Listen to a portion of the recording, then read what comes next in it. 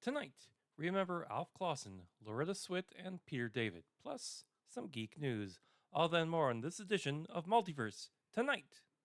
Welcome to Multiverse Tonight, your source for geek news. We dissect films, games, comics, and much more, bringing you insightful commentary on pop culture. This is Multiverse Tonight. Now, here's your host, Thomas Town. Well, hello everyone, and welcome to episode 241 of Multiverse Tonight. I'm, of course, your host, Thomas Townley, and well, it's been weather-wise, it's been nice. Plenty of rain, cool temperatures. You know, it's not very nice if you're someone who wants to swim, but for the rest of us old people, it's been very pleasurable. But of course, there's some sad news, and this will be my main topic for today. But I just want to express here at the top of the program how sad I am at the loss of author Peter David. If you don't know Peter David, shame on you. He's excellent.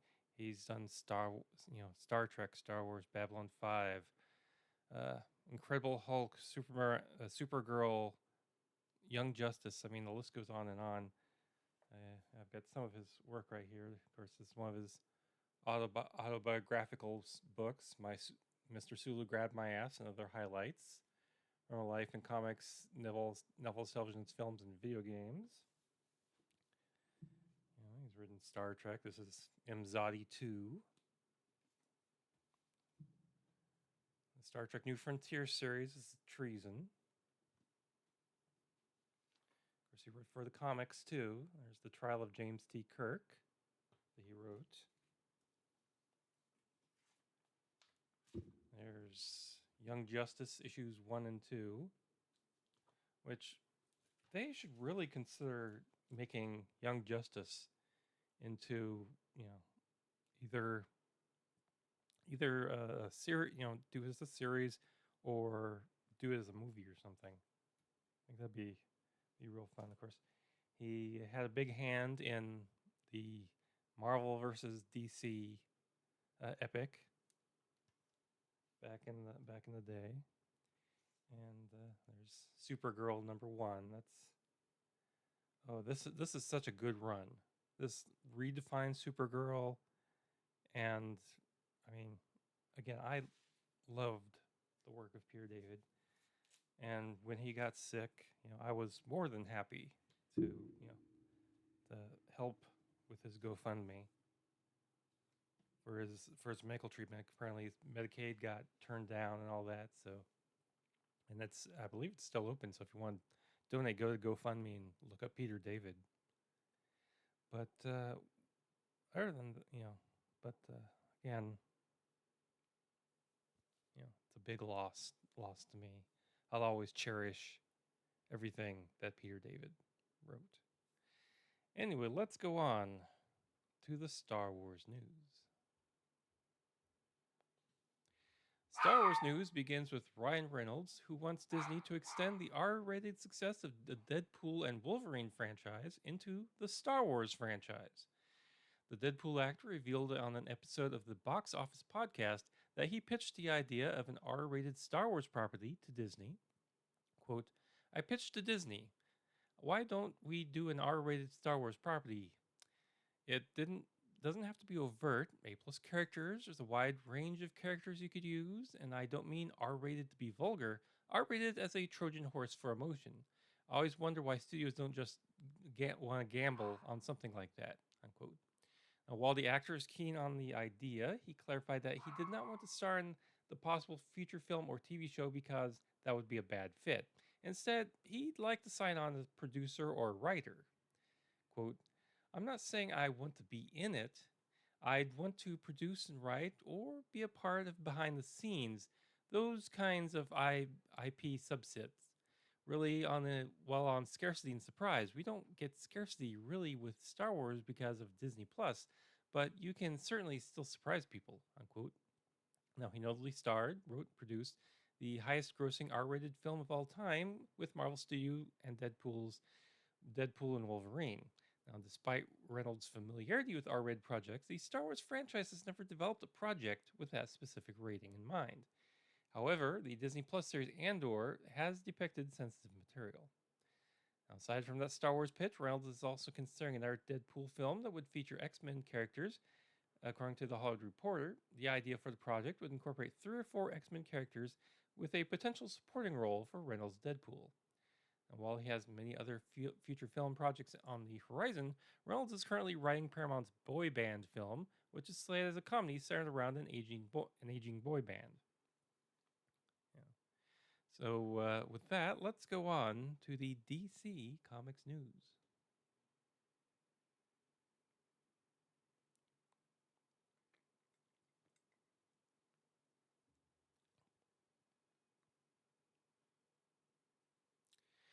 DC Comics and Marvel Comics have announced an unprecedented collaboration. 2 highly anticipated crossover comic books are coming in 2025.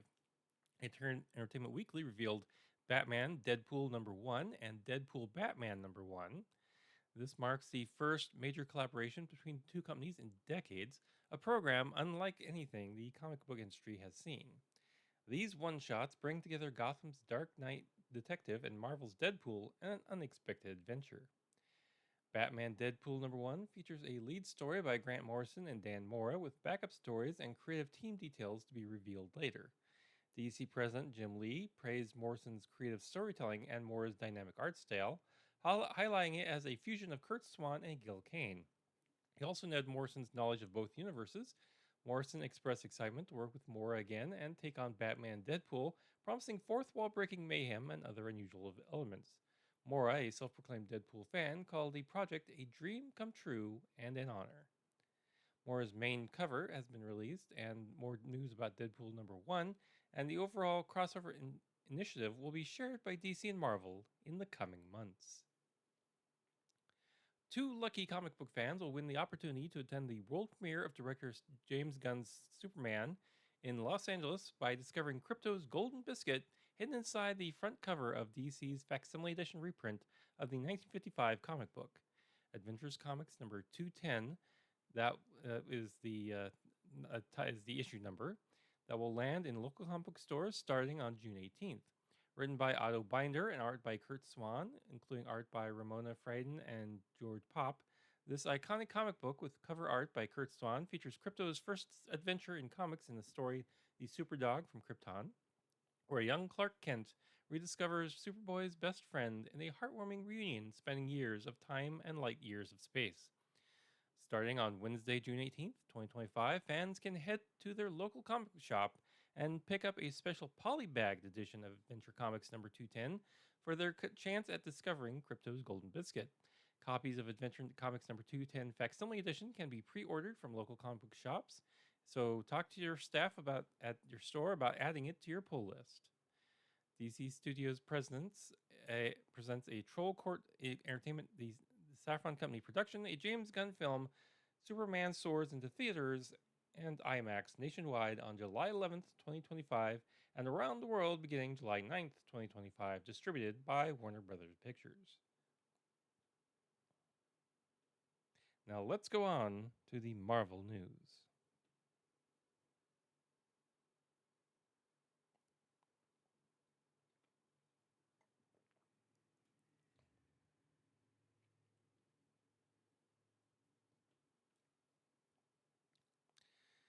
Tania Miller from the Fall of the House of Usher is set for a major role in Marvel's Vision series for Disney Plus, according to Deadline.com. She's believed to be playing one of the leads opposite Paul Bettany's character, who is reprising his titular MCU character in the WandaVision spin-off. The new series is thought to be set after the events in WandaVision and follow Vision as he tries to regain his memory and humanity. Miller is said to be playing the cunning and powerful Jocasta, who is driven by revenge. Now, in the comic books, Jocasta is a robot Ultron builds to be his bride, who eventually sides with the Avengers. Marvel decided to decline comment on this. Miller is believed to be part of Vision's main cast alongside Bettany, James Spader, who reprises his role as Ultron, Todd Stashwick, and Raruda Mullica. Additionally, Farron Tahir is reprising his MCU role of Raza. Vision is the second WandaVision spinoff following Agatha all along. Marvel's Disney Plus slate also includes the recently launched Daredevil Born Again, which is currently filming its second season. Miller, whose casting in Vision was first reported by Daniel Richtman, is known for his series of regular roles on Mike Flanagan's The Haunting of Bly Manor and The Fall of the House of Usher for Netflix, and her recurring stint on Apple TV Plus's Foundation. Disney has pushed back the release dates for the upcoming Marvel Studio films Avengers Doomsday and Avengers Secret Wars. Doomsday will now premiere on December 18th, 2026, shifting from its original May 1st, 2026 date. Consequently, Secret Wars has also been rescheduled to December 17th, 2027 from its prior date of May 7th, 2027. Now, these delays were announced by Disney and alongside a significant overhaul of their upcoming theatrical release schedule. Several unannounced Marvel projects have been removed from the calendar. Specifically, the February 13th, 2026 untitled Marvel date is now absent. Additionally, the November 6th, 2026 and November 5th, 2027 untitled Marvel slots have been changed to untitled Disney films. The Avengers Assembly will require a few more months than anticipated. Plus, the Avengers will have to wait to assemble in San Diego another year. Marvel Studios will have a smaller presence at Comic-Con International this year, skipping its annual blockbuster presentation, Hall H, on Saturday. Variety reports to Variety have confirmed, with Avengers Doomsday moving its release date from May 2026 to December 2026. The studio is holding its powder for Comic-Con 2026, rather than suspended production in London to fly its cast of more than 24 stars to appear on stage in San Diego this year. The company is still planning panels and events focused on comics and games, as well as a booth that will play off the release of the Fantastic Four First Steps, which opens in theaters on the Friday of the annual fan convention. The stars of the film will appear at the fan convention CCXP this weekend. Since the preview of Iron Man electrified Hall H at the 2007 San Diego Comic-Con, Marvel Studios has utilized the stage to showcase its upcoming features and make news with surprise appearances and the announcement of new titles. Now, in 2024, the studio even tacked on a special Thursday Hall H panel for Deadpool and Wolverine that became a surprise premiere screening, capped off with a 10-minute drone and fireworks show over Petco Park. The studio has sat out the convention before. However, most recently in 2023 due to guild strikes, 2021, 2020, and 2020 due to pandemic, as well as in 2018, 2015, 2011, largely due to lack of footage or news to share. So, in other words, they don't really have anything to show. They're not going to go. Hey, that rhymes. Now let's go on to the geek news.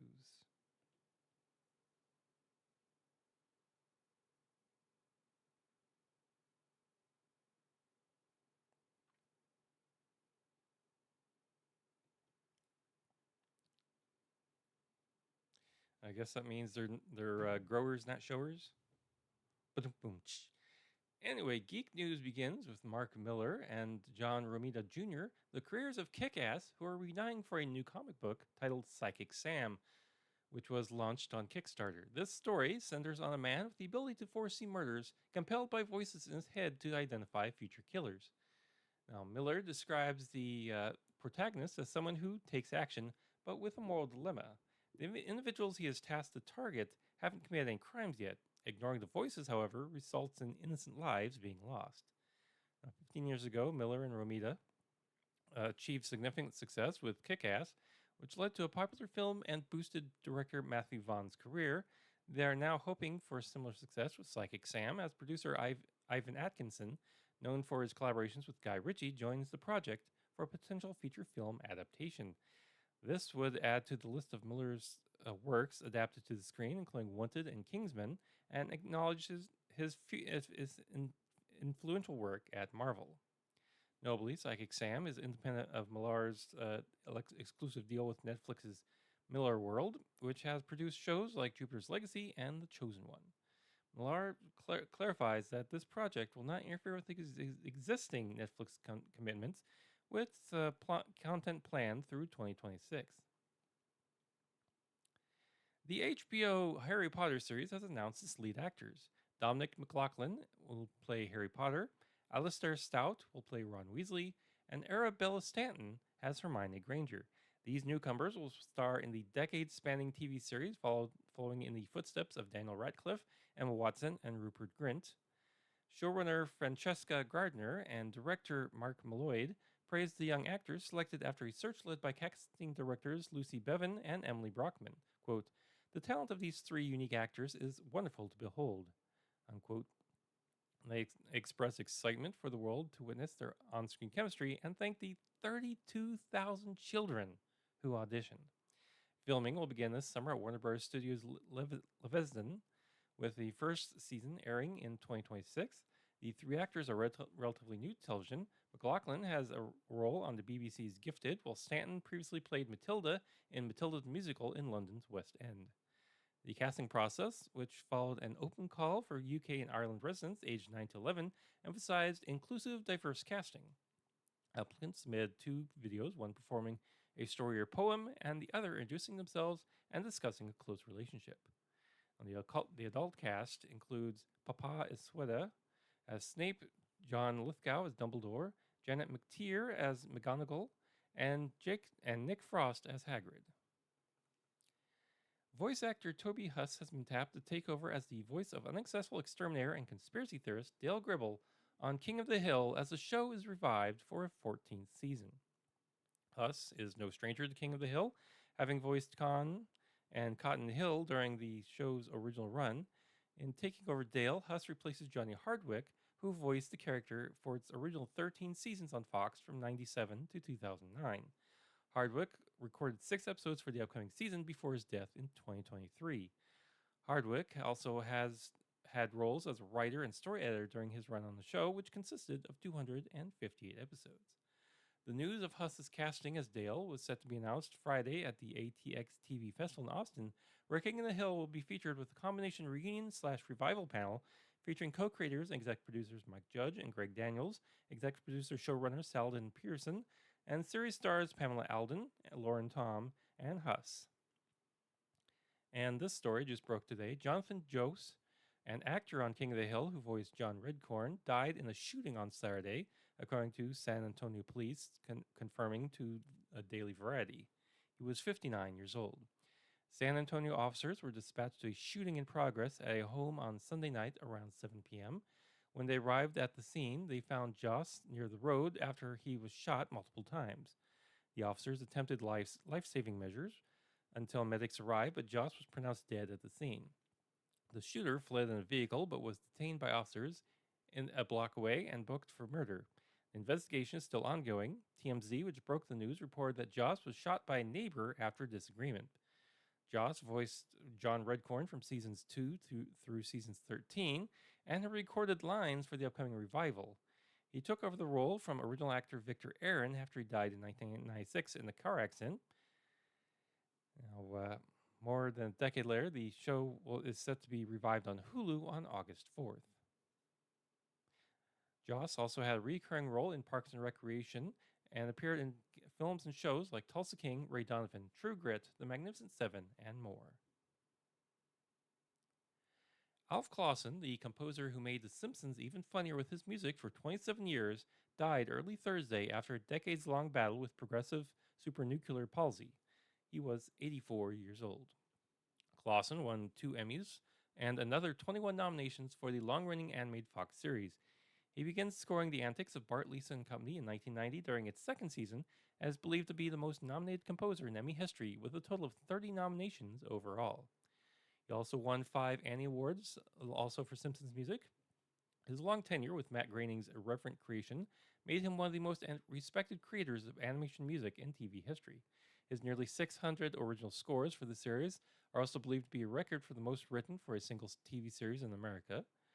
Clausen conducted a 35-piece orchestra every week, something producers insisted upon from the beginning. His unexpected firing in August of 2017, a cost-saving move by Fox and Simpsons producer Gracie Films, resulted in a firestorm of protests from fans around the world. Producers decided to recognize Clausen's indelible contribution by crediting him as composer emeritus in subsequent seasons. Clausen was as adept at songwriting as score composition. Both his Emmy wins were for songs on The Simpsons, and they formed the basis for many of the tracks on the series' three popular compilation albums: Songs in the Key of Springfield, Go Simpsonic with The Simpsons, and Testify. Clausen told Variety in 1998 on the occasion of the series' 200th episode, quote, "This is a dream job for a composer. Matt Groening said to me very early on, we're not a cartoon, we're a drama where the characters are drawn. I want emotions on the characters as opposed to specific action set hits on the screen," unquote. Clausen explains his musical process on the series, quote, "The basic premise of this whole series is the joke, and the jokes come rapid fire. An old band leader friend of mine once told me, you can't vaudeville, meaning the joke is much funnier if you play the real situation as opposed to playing the music funny. You pull the audience into the reality of the situation if you try to Mickey Mouse it and play the comedy.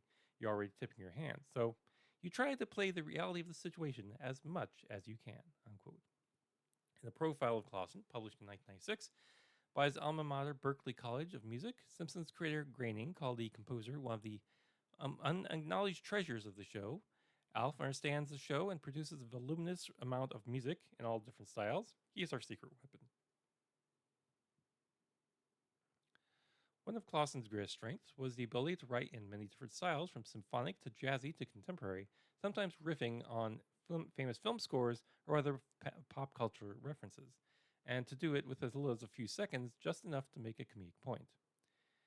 The Simpsons capped a long career in music for television that dated back to the 1970s.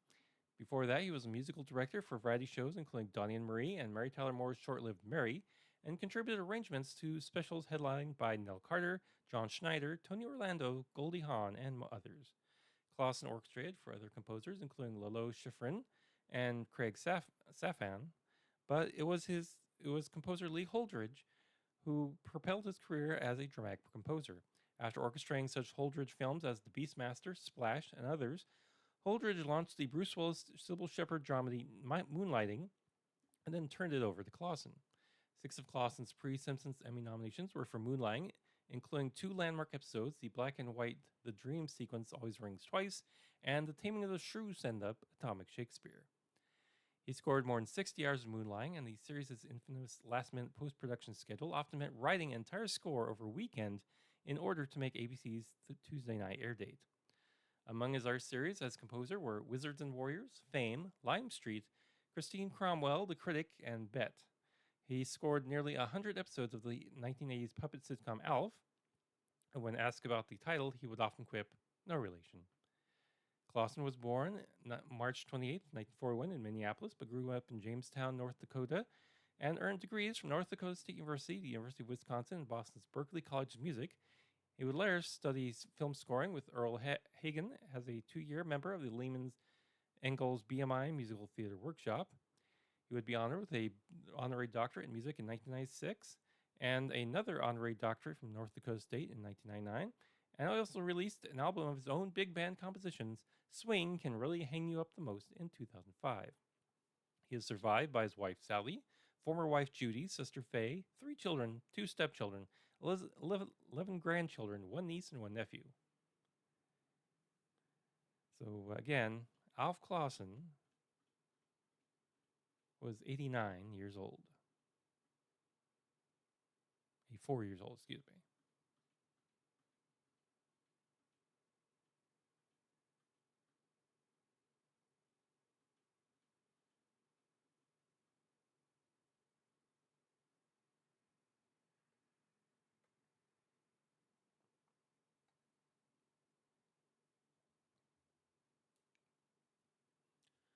Loretta Swit, who played Major Margaret Hot Lips Houlihan on the seminal TV comedy MASH, died Friday at her home in New York City at the age of 87.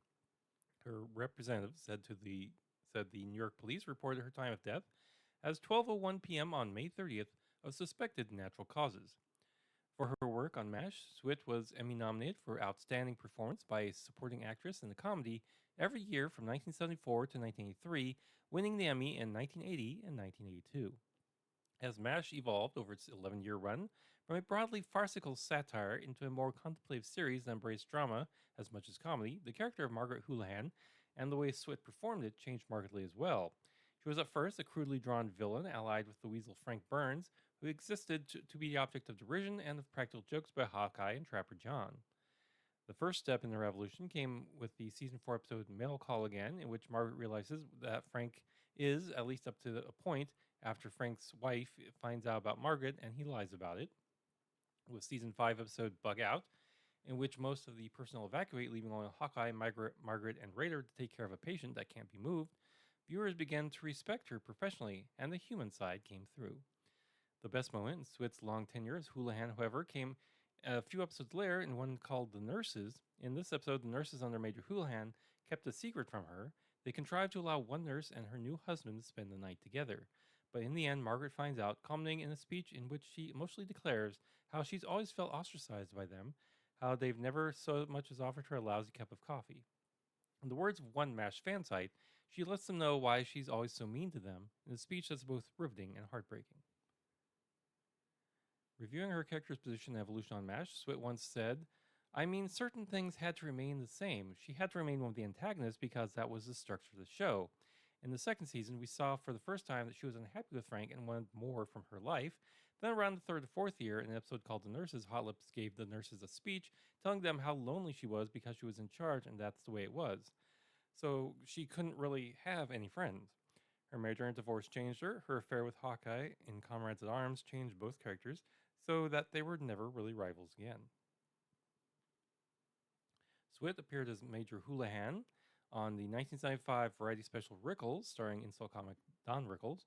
After the end of the show, the actress starred in the popular Emmy-nominated 1983 telepic The Best Christmas Pageant Ever, in which she played a teacher who puts the worst students in the school's holiday pageant. She went on to star in a long series of TV movies, including 1985's The Execution, and guested on shows ranging from The Love Boat to Murder, She Wrote, making her final television appearance in the 1998 episode of Diagnosis Murder. In 1985, she starred with Rip Torn in the feature comedy Beer with Swit first billed. 3 years, she played President Barbara Adams in Whoops Apocalypse, a feature adaptation of a dark political comedy on British TV. The actress also had roles in the 1996 Chuck Norris movie Forest Warrior and later appeared in the 1998 comedy Beach Movie. She was born in Passaic, New Jersey, to Polish immigrant parents who were far from encouraging about a career in show business, but she could not be deterred. Performing at the first time at the age of 7, she was trained as a singer at the American Academy of Dramatic Arts and studied with Gene Frankel in Manhattan. The actress made her small screen debut in 1969 with the first of several appearances on Hawaii Five-0, followed by guest appearances in 1970 on Mission Impossible, Mannix, Gunsmoke, and then Bonanza, Ironside, and Love American Style. Swit then made her feature film debut in 1972's Battle of the Sexes comedy Stand Up and Be Counted. Even after being cast in MASH, Swit appeared in other film and TV work, including 1974 action comedy Freebie and the Bean, in which she was the third billed after Alan Arkin and James Caan, and in the 1975 Peter Fonda car chase movie Race with the Devil. She also showed her musical talents in an adaptation of the campy Man of Steel musical It's a Bird, It's a Plane, It's Superman in 1975. In the late 70s, she appeared in a series of TV movies, and she had a supporting role in Blake Edwards' 1981 comedy S.O.B. Also, in 1981, she appeared in the pilot episode of Cagney and Lacey as Lacey, but Fox would not let her out of her MASH contract, and she was replaced by Sharon Gless when the show was picked up. Swit also did theater, touring with the National Company of Any Wednesday in 1967, and played one of the Pigeon Sisters in the Los Angeles run of The Odd Couple, starring Don Rickles and Ernest Borgnine. Swit was married to actor Dennis Houlihan in 1983 until her divorce in 1995, and she was heavily involved in animal rights organizations and founded the Swit Heart Animal Alliance to raise money for animals, and was honored by the Betty White Award from Actors and Others for Animals and by numerous other animal organizations. Yeah. So again, Laura Swit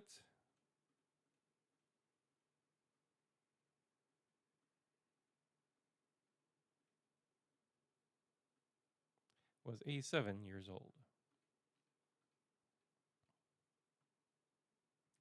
And finally tonight, we'll talk about Peter David.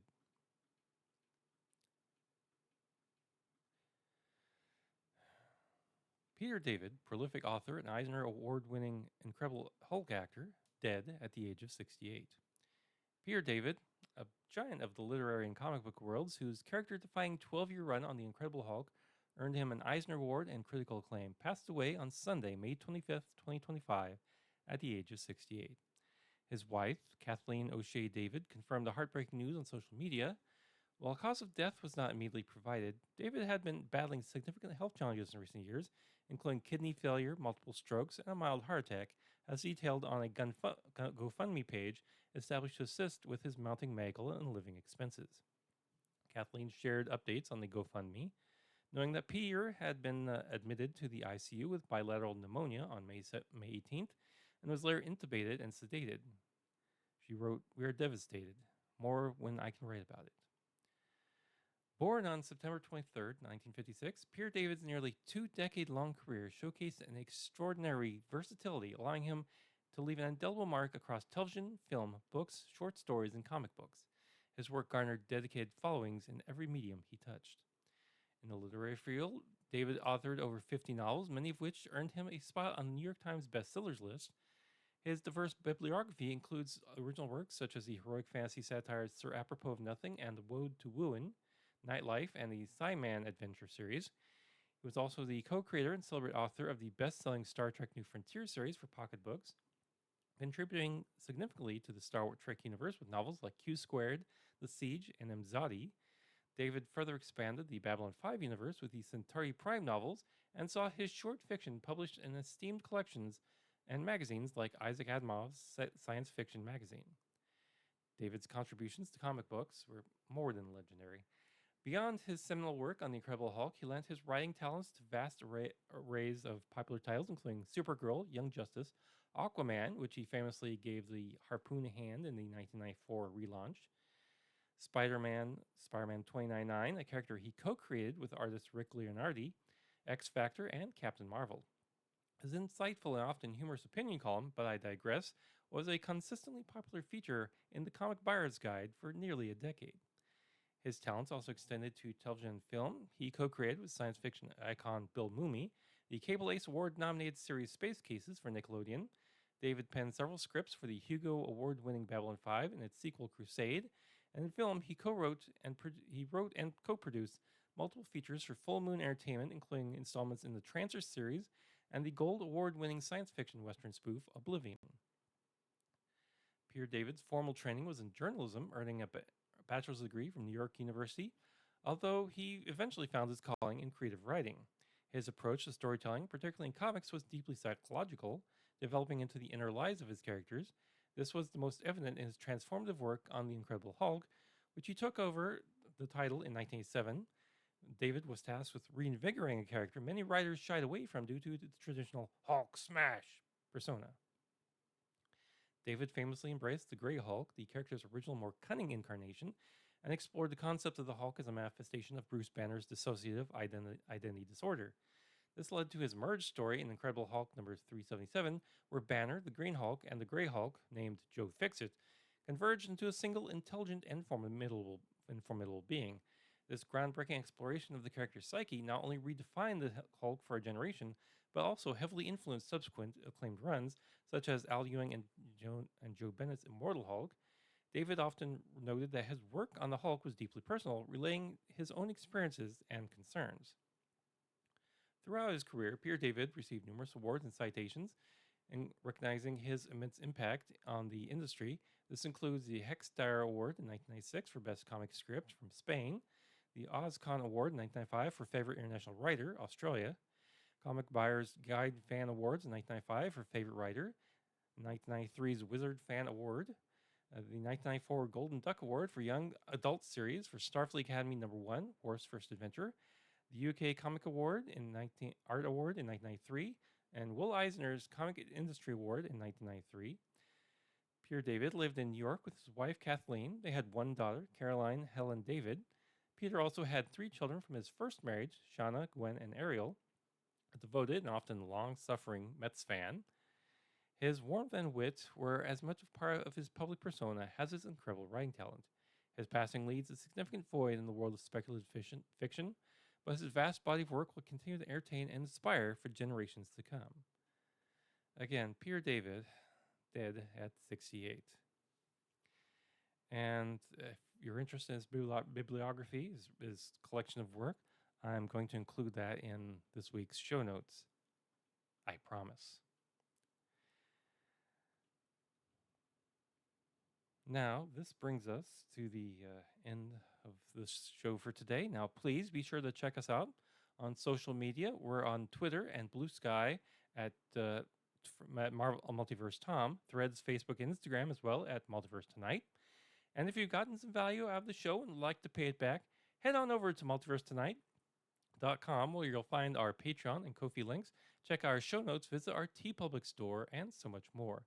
You'll leave some feedback as well. Now, if this is your first time listening, thank you very much and welcome. Go ahead and hit that subscribe button and share it with others. Now, thanks to Hot Dope for the intro music and Lobo Loco for the outro theme music. Thanks for watching this edition of Multiverse Tonight. We'll be back in 2 weeks with more sci-fi and comic book news. Now, please exit the universe in an orderly fashion. Good night. Multiverse Tonight is a production of Half Baked Genre Productions. Copyright 2025. All rights reserved. Podcast.